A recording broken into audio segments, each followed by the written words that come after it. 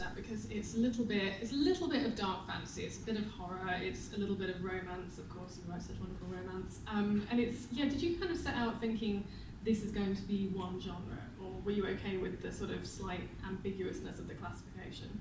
I don't think I have ever particularly written in one genre. I think you have to quite loosely apply terms. I mean, your others are broadly, I would say, high fantasy. Oh yeah, completely. Yeah, whereas this, I think, occupies kind of several genres, which I really like because I think genre mixing should be a thing that people do more often.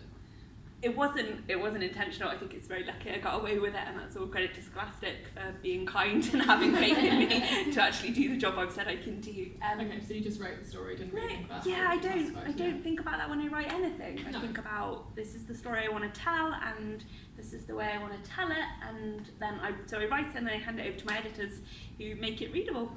I think it is probably more of a bookseller thing, I think, genre for classification, rather than something that authors should be thinking about, so that makes sense.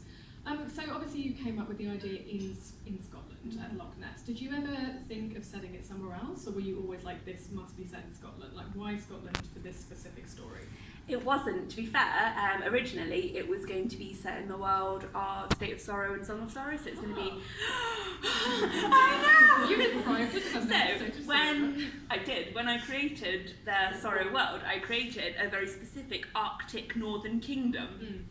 Which I kept alluding to and never really dealt with in any real terms.